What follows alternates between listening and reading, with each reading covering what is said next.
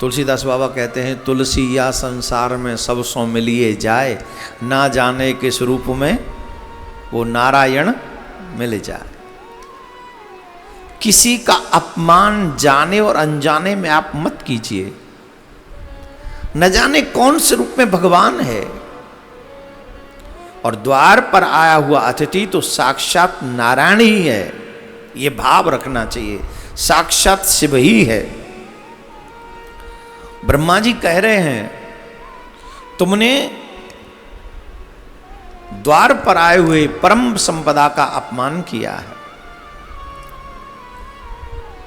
अतिथि साक्षात पिनाकधारी शिव का ही स्वरूप होता है। अतएव सब कुछ अर्पित करके भी अतिथि की पूजा करनी पड़े तो अपना सर्वस्व अर्पण कर देना चाहिए।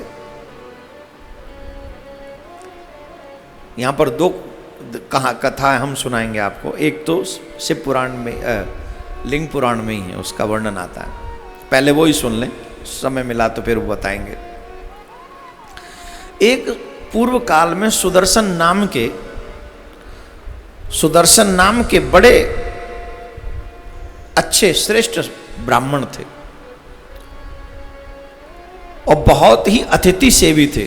साक्षात अतिथि को शिव का स्वरूप ही मानते थे।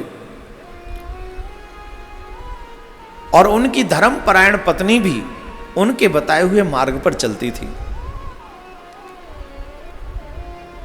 तो सुदर्शन ने एक दिन अपनी पत्नी से कहा,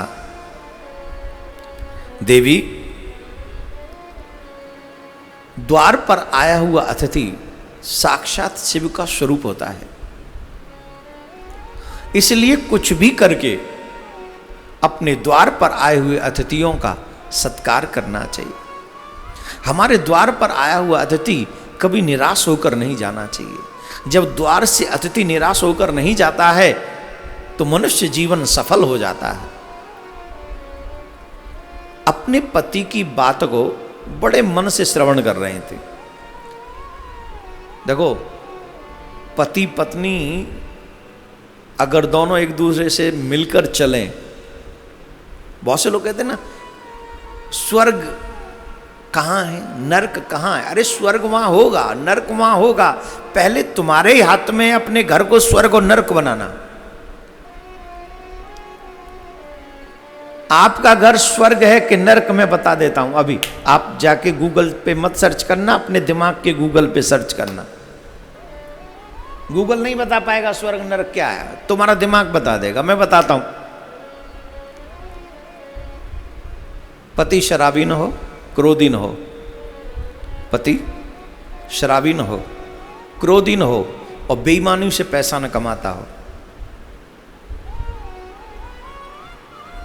बेईमानी से पैसा न कमाता हो और अपने माँ बाप का अपमान न करता हो। जिस घर में ऐसा पति और ऐसा पुत्र है वो घर स्वर्ग है। जिस घर की बहू कभी ऊंचे स्वर में आवाज न करती हो, पति के बताए हुए मार्ग पर चलती हो, सुबह सूर्य उदय से पहले उठकर अपने सास ससुर को जाके प्रणाम करती हो और नित्य अपने पति को आदर के साथ मधुर भाषण करती हो, समझना जिस घर में ऐसी बहू रहती है वो घर स्वर्ग है। तृतीय, जिस घर की संतान अपने माता पिता के आज्ञा का पालन करती हो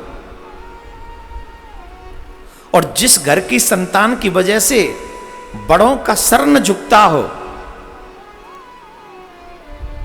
जिस घर की संतान में यह संस्कार हो कि नित्य सुबह शाम बड़ों को और भगवान के आगे जिनका सर झुकता हो, समझना जिस घर में ऐसी संतान रहती है वो घर स्वर्ग है।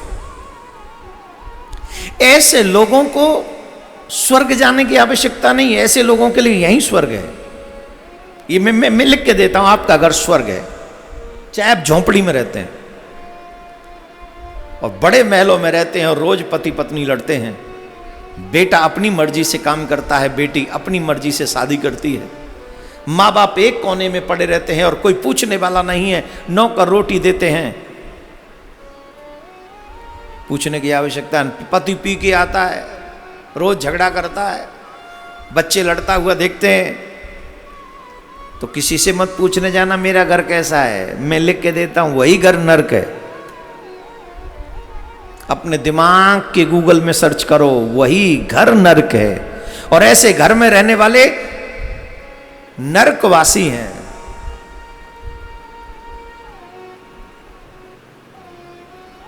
ऊंचो कुल के ही काम को, जहान प्रभु को नाम, तुलसी वाते सुपच भल, जो रटे रैन दिन राम। बड़े घरों में रहने से कोई बड़ा नहीं होता, जिनके श्रेष्ठ कर्म, स्वर्ग वही है जो मैंने बातें बताई हैं। बोलो राधे राधे। अतिथि देवो भव, पत्नी मृदुभाषिणी मिल जाए, बात बात पे आंखें दिखाने वाली, अचल छोड़ो, वो तो मैं बता ही चुका कैसी नहीं होनी चाहिए। तो सुदर्शन जी की जो पत्नी थी, अपने पति की बात को मानकर उस मार्ग पर चलने वाली थी।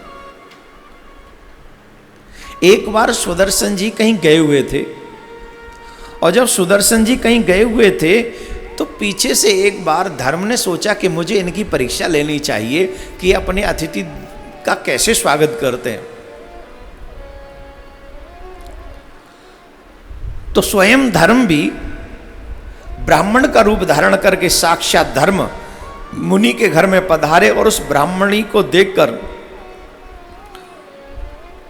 उनके द्वार पर भिक्षा की याचना की।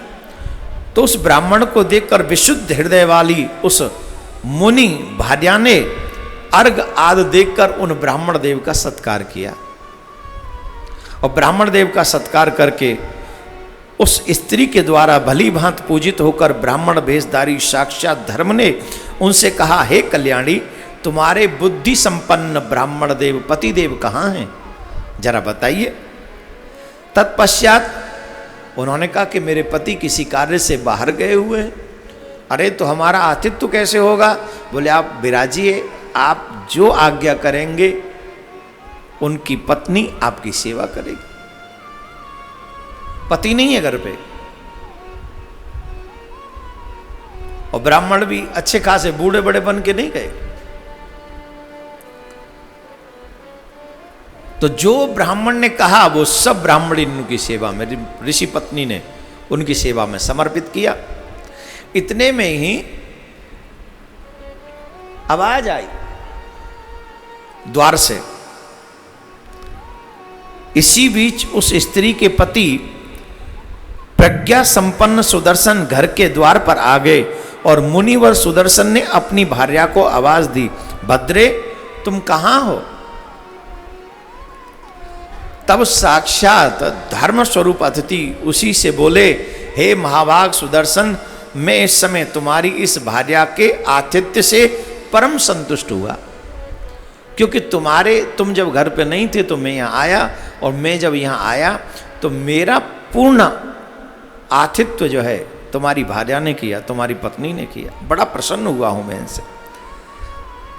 तदनंतर धर्मराज ने अपना वास्तविक स्वरूप दिखाया, और मनोवांछित वर देकर महान कांति वाले धर्म ने उनसे कहा, हे विप्रदेव, मैं यहाँ केवल तुम्हारी श्रद्धा की परीक्षा करने के लिए निमित्त आया था।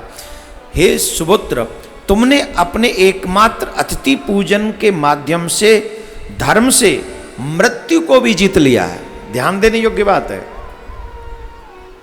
वो कह रहे हैं, जिस निष्ठा से आप अपने द्वार पर आए हुए अतिथियों का सत्कार करते हो, उस निष्ठा ने तुम्हारी उस निष्ठा ने, उस कर्म ने तुम्हारी मृत्यु को भी जीत लिया तुमने।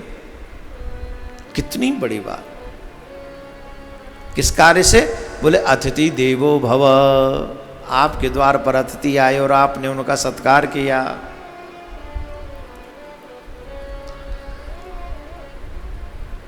अहो कितना सौभाग्य है तुम्हारा।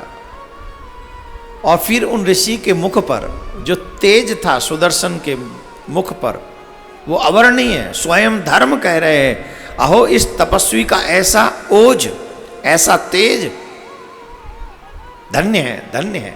ऐसा कहकर धर्म वहां से प्रस्थान कर गए।